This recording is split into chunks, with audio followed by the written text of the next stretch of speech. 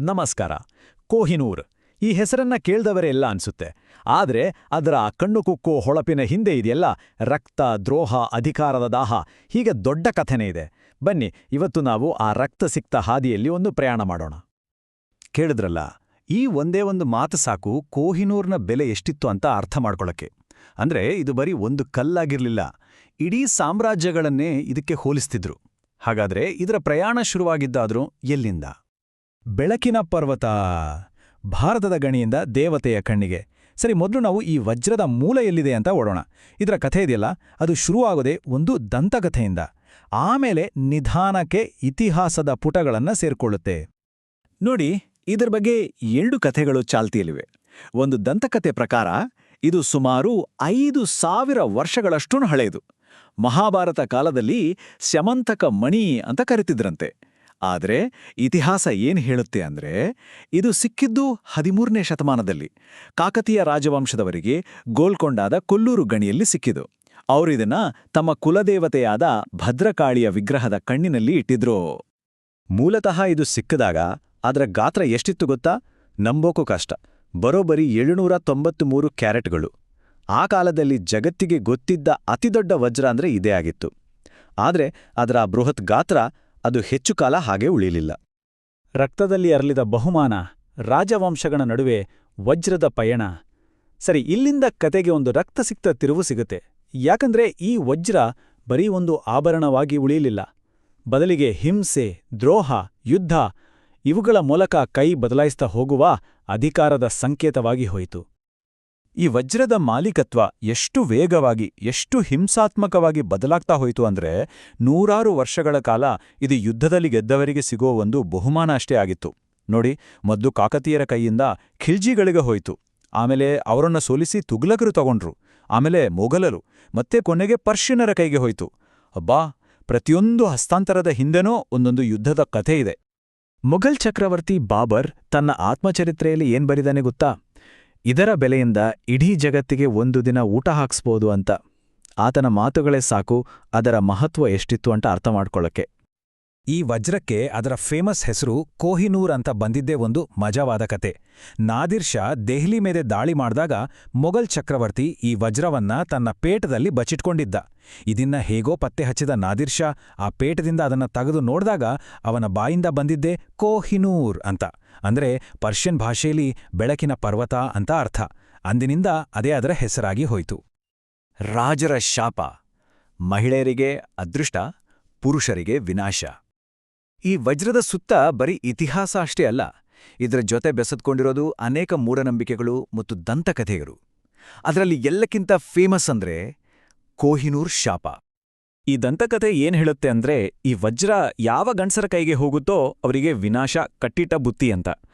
ಶಾಜಹಾನ್ ಇರ್ಬೋದು, ನಾದಿರ್ ಶಾ ಇರ್ಬೋದು, ರಂಜಿತ್ ಸಿಂಗ್ ಇರ್ಬೋದು, ಇವರೆಲ್ಲರೂ ದುರಂತ ಅಂತ್ಯವನ್ನೇ ಕಂಡ್ರು. ಸರಿ, ಇದನ್ನ ಶಾಪ ಅನ್ನೋಕ್ಕಿಂತ ಆ ಕಾಲದ ರಾಜಕೀಯ ಅಸ್ಥಿರತೆ ಅಂತನೂ ಹೇಳ್ಬೋದು. ಆದ್ರೆ ನಂಬಿಕೆ ಪ್ರಕಾರ ಮಹಿಳೆಯರಿಗೆ ಮಾತ್ರ ಇದು ಅದೃಷ್ಟವನ್ನ ತರುತ್ತಂತೆ. ನೋಡಿ, ರಾಣಿ ವಿಕ್ಟೋರಿಯಾ ಯಾವುದೇ ಸಮಸ್ಯೆ ಇಲ್ಲದೆ ಆಳ್ವಿಕೆ ಮಾಡಿದ್ರು. ಬಹುಶಃ ಇದೇ ಕಾರಣಕ್ಕೆ ಇರ್ಬೋದು, ಇವತ್ತಿಗೂ ಬ್ರಿಟಿಷ್ ರಾಜಮನೆತನದಲ್ಲಿ ಇದನ್ನ ರಾಣಿಯರು ಅಥವಾ ರಾಜನ ಪತ್ನಿಯರು ಮಾತ್ರ ಧರಿಸೋದು. ಕಿರೀಟಕ್ಕೆ ಬಿಟ್ಟುಕೊಡಲಾಯಿತು. ವಜ್ರದ ವಿವಾದಾತ್ಮಕ ಬ್ರಿಟನ್ ಪ್ರಯಾಣ. ಸರಿ, ಈಗ ನಾವು ಕತೆಯ ಅತ್ಯಂತ ವಿವಾದಾತ್ಮಕ ಭಾಗಕ್ಕೆ ಬಂದಿದ್ದೇವೆ. ಅಂದ್ರೆ ಈ ವಜ್ರ ಬ್ರಿಟಿಷರ ಕೈಗೆ ಸೇರಿದ್ದು ಹೇಗೆ ಅನ್ನೋ ಕತೆ. ನಾದಿರ್ ಶಾನ ಹತ್ಯೆಯಾದ ಮೇಲೆ ಕೋಹಿನೂರ್ ಸುಮ್ಮನೆ ಕೂರ್ಲಿಲ್ಲ. ಅದರ ಪಯಣ ಮತ್ತೆ ಮುಂದುವರಿತು. ಮೊದಲು ಅವನ ಸೇನಾಪತಿ ಮೂಲಕ ಅಫ್ಘಾನಿಸ್ತಾನಕ್ಕೆ ಹೋಯಿತು. ಆಮೇಲೆ ರಾಜತಾಂತ್ರಿಕ ಒತ್ತಡದಿಂದಾಗಿ ಪಂಜಾಬ್ನ ಸಿಖ್ ಸಾಮ್ರಾಜ್ಯದ ಮಹಾರಾಜ ರಂಜಿತ್ ಸಿಂಗ್ರ ಖಜಾನೆಗೆ ಬಂದು ಸೇರಿತು.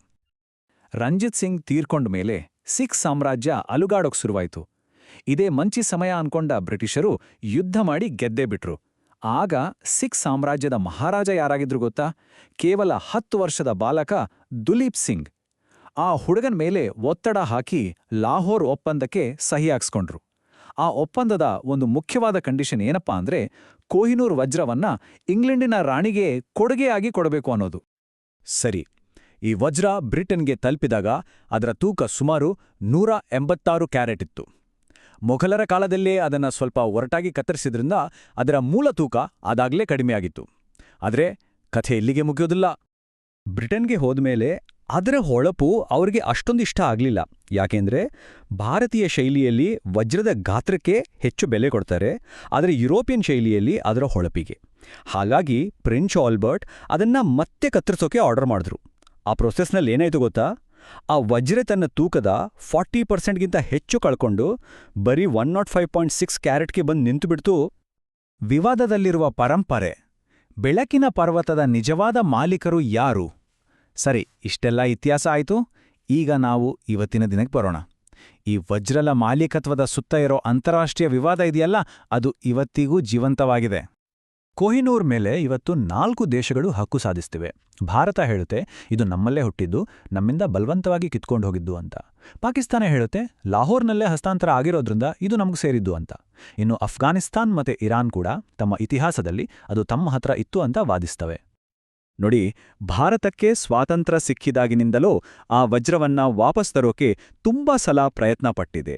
ಆದರೆ ಪ್ರತಿ ಬಾರಿನೂ ಬ್ರಿಟಿಷ್ ಸರ್ಕಾರ ಕೊಟ್ಟ ಉತ್ತರ ಒಂದೇ: ಇದು ಚರ್ಚೆ ಮಾಡುವಂಥ ವಿಷಯನೇ ಅಲ್ಲ, ಈಗ ಅದು ನಮ್ಮ ಪರಂಪರೆಯ ಭಾಗ. ಬ್ರಿಟನ್ನ ಅಧಿಕೃತ ನಿಲುವಿನ ಸಾರಾಂಶನೇ ಇದು. ಅವರ ಪ್ರಕಾರ 150 ವರ್ಷಕ್ಕಿಂತ ಹೆಚ್ಚು ಕಾಲದಿಂದ ಅದು ಅವರ ಹತ್ರ ಇದೆ. ಹಾಗಾಗಿ ಕೊಹಿನೂರ್ ಈಗ ಅವರ ಇತಿಹಾಸದ, ಅವರ ಸಂಸ್ಕೃತಿಯ ಒಂದು ಭಾಗ ಅಷ್ಟೇ. ಹಾಗಾದ್ರೆ ಕೊಹಿನೂರ್ನ ನಿಜವಾದ ಕಥೆ ಯಾವುದು? ಇದು ಯುದ್ಧದಲ್ಲಿ ಲೂಟಿ ಮಾಡಿದ್ದ, ರಾಜತಾಂತ್ರಿಕ ಉಡುಗೊರೆನಾ, ಅಥವಾ ಕದ್ದೊಯ್ದ ರಾಷ್ಟ್ರೀಯ ಸಂಪತ್ತ? ಈ ಪ್ರಶ್ನೆಗಳಿಗೆ ಉತ್ತರ ಸಿಕ್ಕಿಲ್ಲ. ಕೊಹಿನೂರ್ನ ಕಥೆಯ ಕೊನೆಯ ಅಧ್ಯಾಯವನ್ನ ಇನ್ನೂ ಬರೆಯಬೇಕಿದೆ. ಅದರ ಭವಿಷ್ಯ ಏನಾಗುತ್ತೆ ಅನ್ನೋದನ್ನ ಮುಂದಿನ ಕಾಲವೇ ಹೇಳ್ಬೇಕು.